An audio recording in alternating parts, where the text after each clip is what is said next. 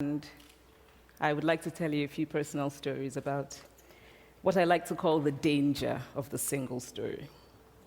I grew up on a university campus in eastern Nigeria. My mother says that I started reading at the age of 2, although I think 4 is probably close to the truth.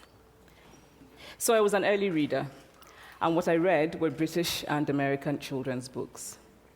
I was also an early writer.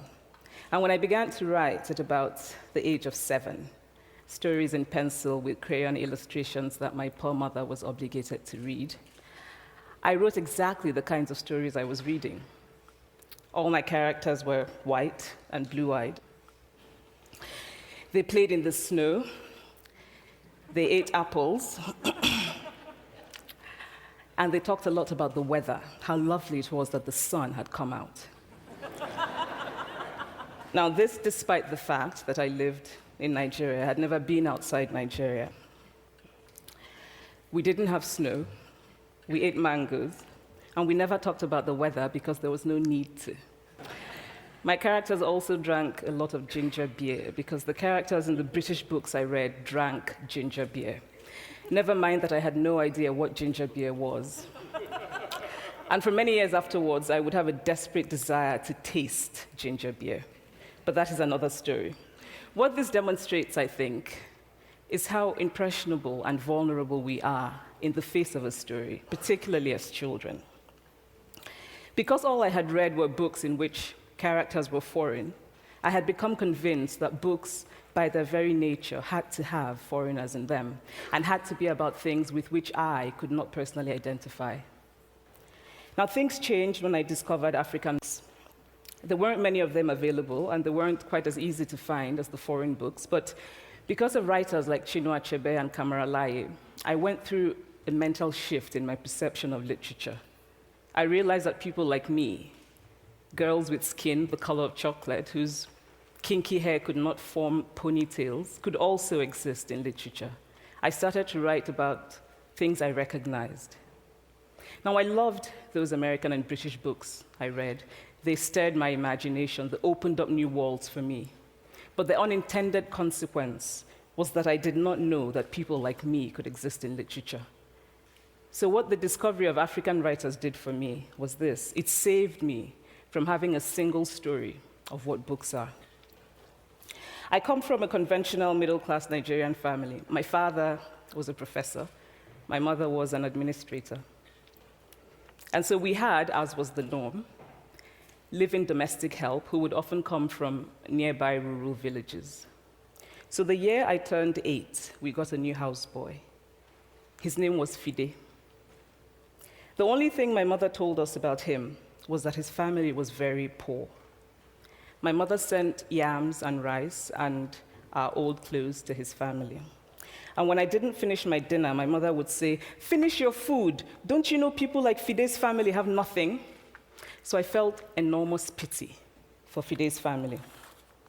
Then one Saturday, we went to his village to visit.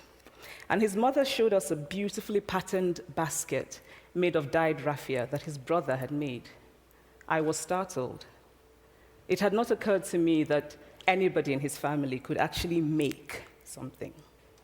All I had heard about them was how poor they were, so that it had become impossible for me to see them as anything else but poor. Their poverty was my single story of them. Years later, I thought about this when I left Nigeria to go to university in the United States. I was 19. My American roommate was shocked by me. She asked where I had learned to speak English so well and was confused when I said that Nigeria happened to have English as its official language. She asked if she could listen to what she called my tribal music, and was consequently very disappointed when I produced my tape of Mariah Carey. She assumed that I did not know how to use a stove.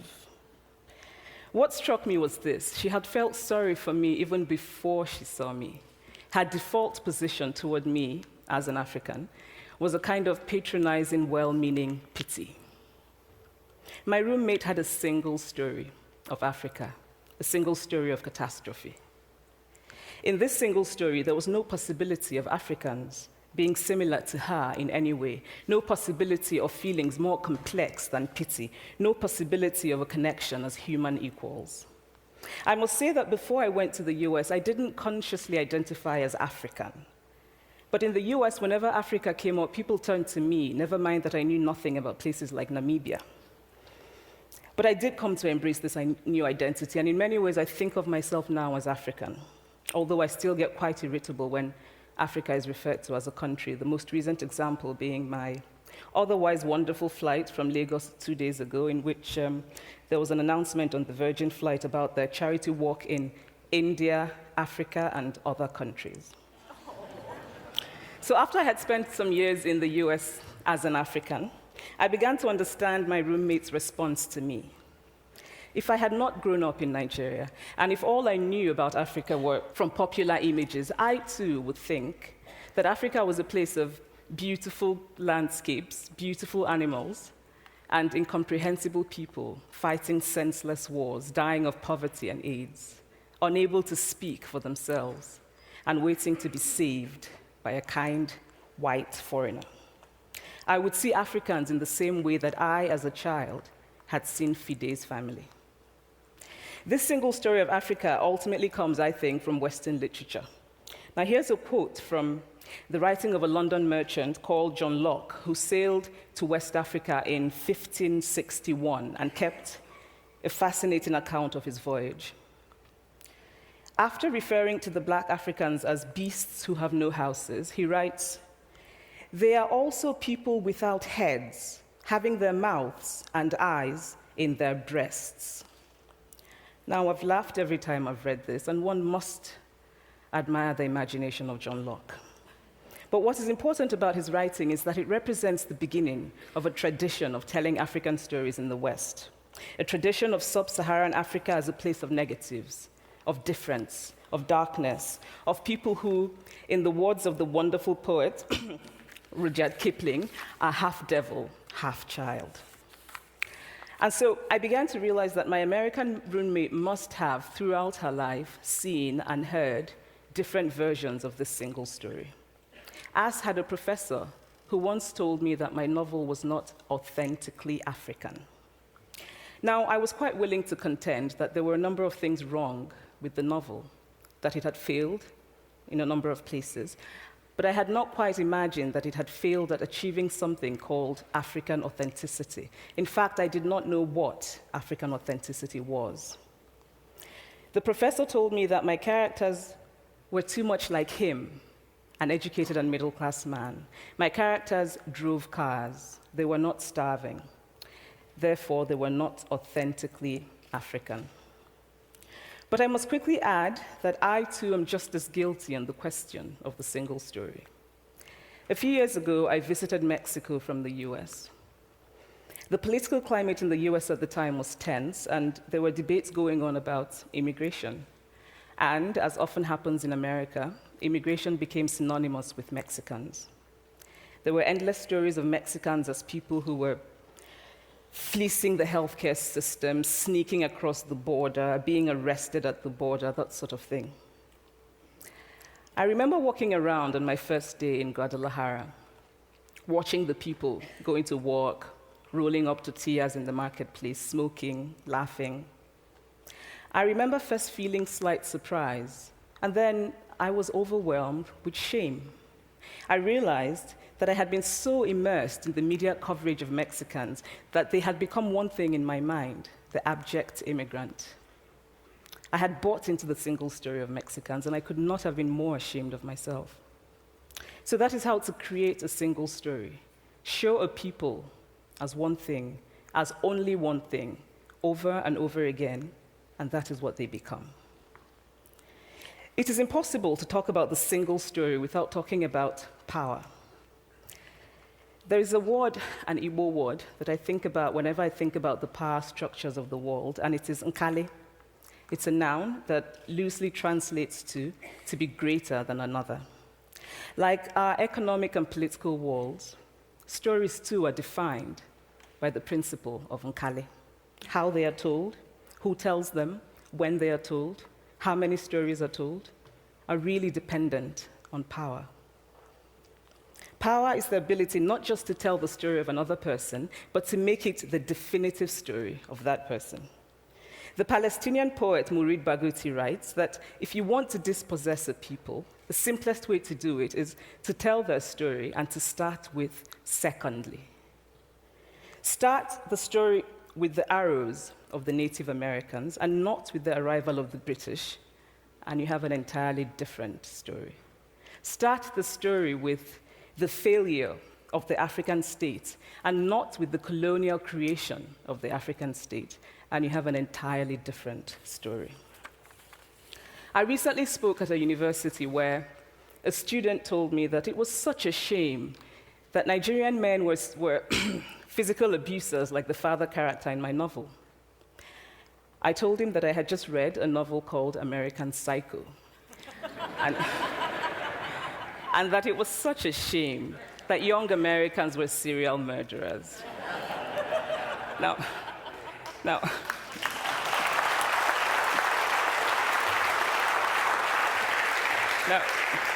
obviously, I said this in a fit of mild irritation, but it would never have occurred to me to think that just because I had read a novel in which a character was a serial killer, that he was somehow representative of all Americans. And now, this is not because I'm a better person than that student, but because of America's cultural and economic power, I had many stories of America. I had read Thailand, Updike, and Steinbeck, and Gateskill. I did not have a single story of America. When I learned some years ago that writers were expected to have had really unhappy childhoods to be successful, I began to think about how I could invent horrible things my parents had done to me. But the truth is that I had a very happy childhood, full of laughter and love, in a very close-knit family. But I also had grandfathers who died in refugee camps. My cousin, Polly, died because he could not get adequate health care. One of my closest friends, Okoloma, died in a plane crash because our fire trucks did not have water. I grew up under repressive military governments that devalued education so that sometimes my parents were not paid their salaries. And so as a child, I saw jam disappear from the breakfast table. Then margarine disappeared. Then bread became too expensive. Then milk became rationed. And most of all, a kind of normalized political fear invaded our lives. All of these stories make me who I am. But to insist on only these negative stories is to flatten my experience and to overlook the many other stories that formed me. The single story creates stereotypes, and the problem with stereotypes is not that they are untrue, but that they are incomplete. They make one story become the only story. Of course, Africa is a continent full of catastrophes, the immense ones, such as the horrific rapes in Congo, and depressing ones, such as the fact that 5,000 people apply for one job vacancy in Nigeria. But there are other stories that are not about catastrophe, and it is very important, it is just as important to talk about them. I've always felt that it is impossible to engage properly with a place or a person without engaging with all of the stories of that place and that person. The consequence of the single story is this: it robs people of dignity. It makes our recognition of our equal humanity difficult. It emphasizes how we are different rather than how we are similar. So what if before my Mexican trip, I had followed the immigration debate from both sides, the US and the Mexican? What if my mother had told us that Fide's family was poor and hardworking? What if we had an African television network that broadcast diverse African stories all over the world, what the Nigerian writer Chinua Achebe calls a balance of stories? What if my roommate knew about my Nigerian publisher, Mukhtar Bakare, a remarkable man who left his job in a bank to follow his dream and start a publishing house? Now, the conventional wisdom was that Nigerians don't read literature. He disagreed. He felt that people who could read would read if you made literature affordable and available to them. Shortly after he published my first novel, I went to a TV station in Lagos to do an interview. And a woman who worked there as a messenger came up to me and said, "I really liked your novel. I didn't like the ending. Now you must write a sequel, and this is what will happen." And she went on to tell me what to write in the sequel. Now, I was not only charmed, I was very moved. Here was a woman, part of the ordinary masses of Nigerians who were not supposed to be readers. She had not only read the book, but she had taken ownership of it and felt justified in telling me what to write in the sequel. Now, what if my roommate knew about my friend, Fumi Yonda, a fearless woman who hosts a TV show in Lagos and is determined to tell the stories that we prefer to forget? What if my roommate knew about the heart procedure that was performed in the Lagos hospital last week? What if my roommate knew about contemporary Nigerian music, talented people singing in English and Pidgin and Igbo and Yoruba and Ijo, mixing influences from Jay-Z to Fela to Bob Marley to their grandfathers? What if my roommate knew about the female lawyer who recently went to court in Nigeria to challenge a ridiculous law that required women to get their husband's consent before renewing their passports? What if my roommate knew about Nollywood, full of innovative people making films despite great technical odds? Films so popular that they really are the best example of Nigerians consuming what they produce. What if my roommate knew about my wonderfully ambitious hair braider who has just started her own business selling hair extensions? Or about the millions of other Nigerians who start businesses and sometimes fail, but continue to nurse ambition? Every time I am home, I'm confronted with the usual sources of irritation for most Nigerians: our failed infrastructure, our failed government, but also by the incredible resilience of people who thrive despite the government rather than because of it. I teach writing workshops in Lagos every summer, and it is amazing to me how many people apply, how many people are eager to write, to tell stories.